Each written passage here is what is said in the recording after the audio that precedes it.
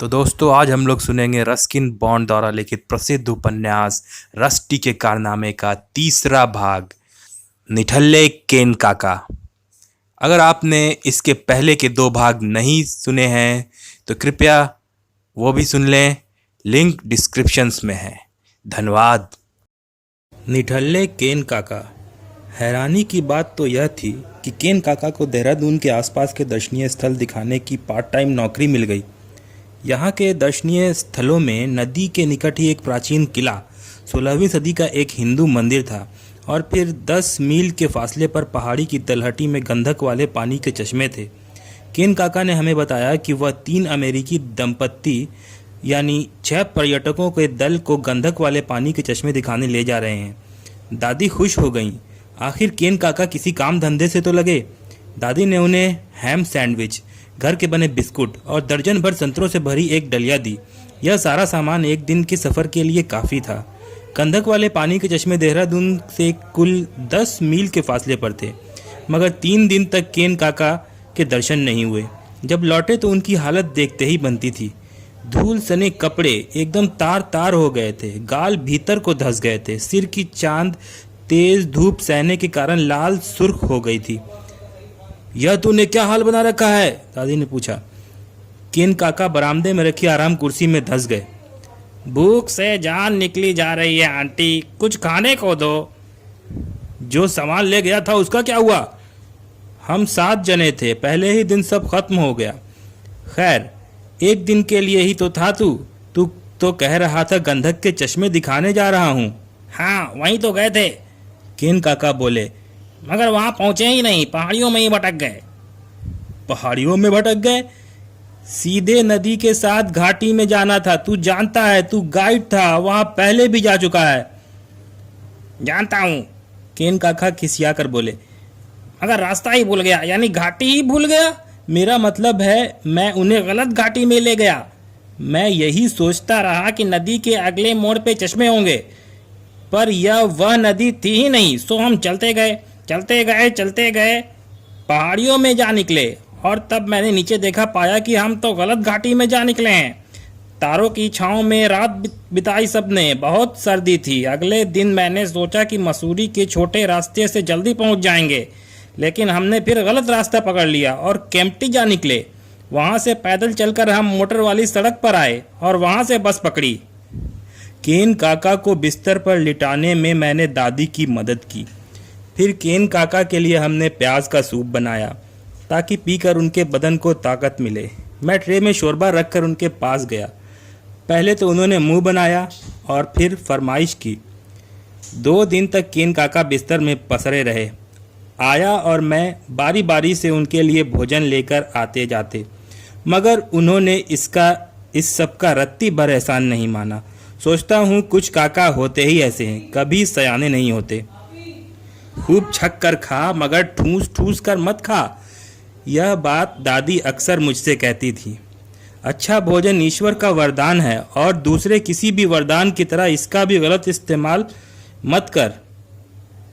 दादी ने रसोई के बारे में कुछ सूक्तियाँ अथवा कहावतों की एक सूची बना रखी थी, जिसे उन्होंने रसोई भंडार के द्वार पर पिन से टांग दिया था। यह सूची इतनी ऊंचाई पर नहीं थी कि मैं उसे पढ़ न सकूं, और इतनी नीचे भी नहीं थी कि केन काका की उस पर नज़र न पड़े। कुछ सूक्तियाँ इस प्रकार थीं। हल्का खाना खाने से उम्र बढ़ती है, खाली प्लेट की बजाय एक निवाला परोसना अच्छा होता है, हर काम में कौशल की अपेक्षा होती है, दलिया पकाने तक में। खाने पीने में मनुष्य को इस तरह नहीं डूब जाना चाहिए कि वह सोचना बंद कर दे। बाहर के मुर्ग मुसल्लम से घर की सूखी दाल रोटी अच्छी होती है। अच्छे भोजन से बुद्धि कुशाग्र होती है, हृदय उदार बनता है। ध्यान रखो कि तुम्हारी चटोरी जीभ कहीं तुम्हारा गला न रेत दे। एक दिन केन काका जब इस बात पर झींक रहे थे कि उनके बाल झड़ते जा रहे हैं और चांद भी बढ़ती जा रही है, तो दादी ने अपने पुराने नुस्खे की किताब में देखकर बताया कि गंजेपन की एक दवा है जिसका सफल प्रयोग उनके दादाजी किया करते थे। यह एक प्रकार का लोशन था जो ब्रांडी में खीरा सोखकर तैयार किया जाता था। केन काका बोले, मैं इसका प्रयोग करके देखूंगा। दादी ने 1 हफ्ते तक ब्रांडी में खीरा भिगो कर रखा, फिर बोतल केन काका को पकड़ाई और निर्देश दिया कि सुबह शाम यह लोशन अपनी चांद पर लगाओ। अगले दिन जब दादी उनके कमरे में गई तो क्या देखती हैं कि बोतल में सिर्फ खीरे पड़े हैं। केन काका ने सारी ब्रांडी पी डाली थी। केन काका को मुंह से सीटी बजाना अच्छा लगता था। निठल्ले तो थे ही, जेबों में हाथ डाले वह घर के बाहर, भीतर, बगीचे में और सड़क पर इस सिरे से उस सिरे तक मटरगश्ती करते हुए धीमे धीमे सीटी बजाते रहते थे। फिर हमेशा एक जैसी ही सीटी बजाते थे केन काका। स्वयं काका को छोड़ सभी को उनकी सीटी बेसुरी लगती थी।